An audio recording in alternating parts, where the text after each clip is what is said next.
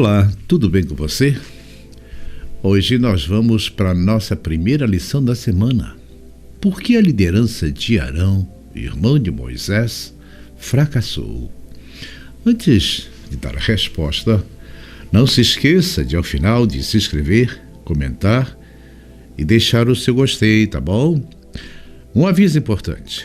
As Blue Laws, leis azuis, conhecido também como decreto dominical, estão bem adiantadas, correndo por trás dessa crise que nós estamos assistindo, das ameaças dos países comunistas e aliados. E amanhã eu vou postar esse vídeo, ok? Então vamos para a nossa lição de domingo. Liderança fracassada. Deus chamou Moisés para passar 40 dias e noites com ele.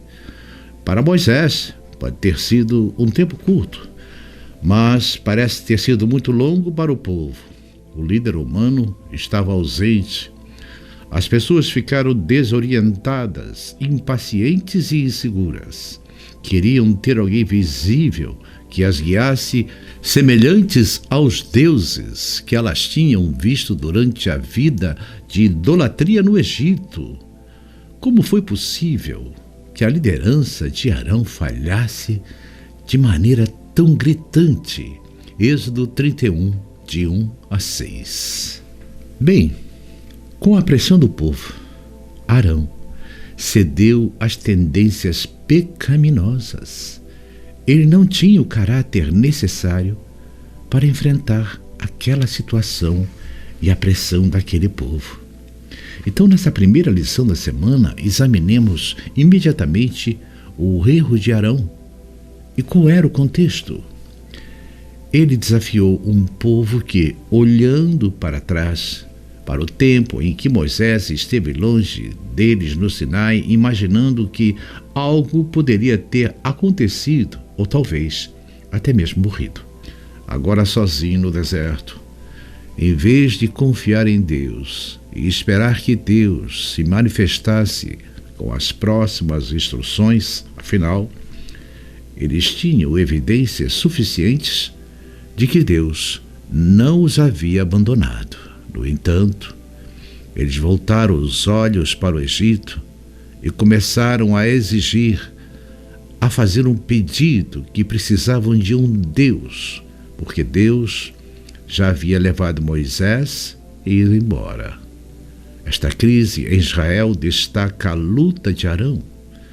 Primeira lição desta semana não se concentra necessariamente na igreja ou em seus membros, mas sim no papel desempenhado por membros ou outros no processo de liderança, seja em uma igreja local ou no nível mais alto dentro da organização da igreja. Bem, isso está longe de fazer uma crítica à igreja, tá bom? A lição oferece um aviso. Não importa o tamanho da nossa igreja, não importa o tamanho da organização que desenvolvemos devido às necessidades estruturais que este mundo traz, porque continuamos humanos. Não importa o tamanho da posição, o escopo da função ou a duração da nossa experiência, nós continuamos humanos. Arão tinha experiência ampla e suficiente, mesmo devido à sua proximidade com Moisés e à forma como as pragas se desenrolaram para evitar de agir como ele agiu. Mas Arão tinha medo, algo que existe em qualquer pessoa no mundo. Qual é a grande lição nessa história de Arão? Sim, a liderança falhou porque, em determinado momento, Arão se desconectou de Deus. Aqui há aspectos curiosos. Caso específico, a crise é a pressão do povo. E em vez de guiar o povo de volta aos caminhos de Deus, a sua percepção, a percepção de Arão e dependência de Deus, Arão optou por manter, entre aspas, sua segurança pessoal, que pode se manifestar de muitas maneiras diferentes, medo de ser morto ou atacado pelo povo, ou medo de perder sua posição, ou medo de receber algum tipo de repressão, ou mesmo algum tipo de calúnia, zombaria, ou alguma coisa desse tipo. Independente das motivações, o que importa é que o resultado e a causa sejam o mesmo para todos. E isso significa que o primeiro elemento que leva Arão à sua queda é não confiar e não depender de Deus. Tanto Arão como o povo cometeram o mesmo erro. Há várias passagens na Bíblia que ilustram esse ponto. Por exemplo, o Salmo 106, versículos 19 a 21. Repete essa história destacando alguns aspectos relacionados à motivação. E lá diz assim: fizeram bezerro em Herobe e adoraram a imagem de fundição. Então trocaram sua glória pela imagem de um boi que come capim. E se esqueceram de Deus, o Salvador, que havia feito grandes coisas no Egito.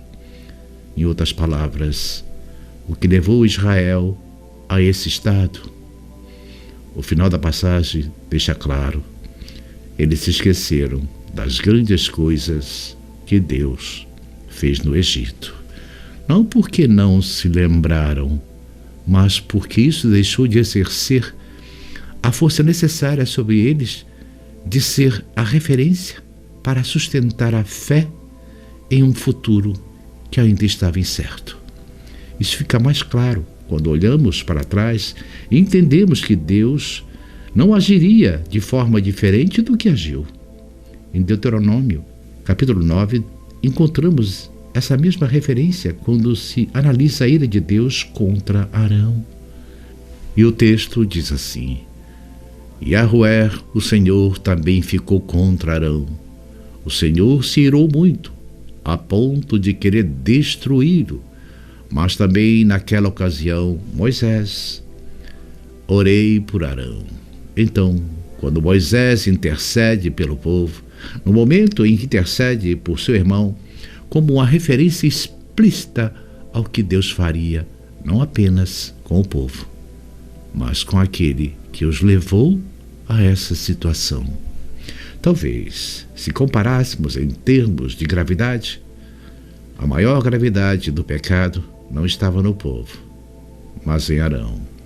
O povo não tinha motivo para fazer o que fez, mas Arão tinha ainda menos motivos. E Arão tinha a responsabilidade de representar Deus perante o povo e liderá-lo. E então, que lições nós tiramos e aprendemos aqui desse primeiro episódio, que são importantes para observar no estudo desta semana? Primeiro, a firmeza moral é uma necessidade clara em um contexto de crise. Segundo, a fé tangível. A fé vacila toda vez que tira Deus do contexto. Ele não é percebido de forma concreta e tangível como alguém que realmente age em nossas vidas. Lembre-se, Israel se esqueceu das coisas que Deus fez. E terceiro, há uma pressão social envolvida que frequentemente se manifesta em diferentes circunstâncias da vida. Um exemplo: os adolescentes pecam e usam a desculpa de que não querem parecer diferentes. Já percebeu? Os adultos pecam e eles usam a desculpa de eu não gostaria de enfrentar essa pressão, ou a pressão era muito forte e havia riscos. Os adultos cedem a pequenas ou grandes mudanças estruturais, seja na educação ou em suas vidas pessoais, devido à pressão. Sim, a pressão é um fator importante que leva ao fracasso na liderança pessoal ou em geral. Portanto, há lições a serem aprendidas aqui, coisas às quais devemos prestar atenção para que esses erros não se repitam no contexto atual o menos possível. Devemos nos manter sempre em comunhão com Deus para evitar esses erros, porque o Espírito Santo, ele nos avisa antes de cometermos esses erros. Em outras palavras, ouça sempre a voz do Espírito Santo antes de qualquer atitude precipitada. Bem, você quer saber mais? Então não perca a segunda lição, a idolatria e o mal. Aproveite esse momento para se inscrever, comentar e deixar o seu joinha, tá bom? Que o Senhor vos abençoe. Até amanhã, se Deus permitir.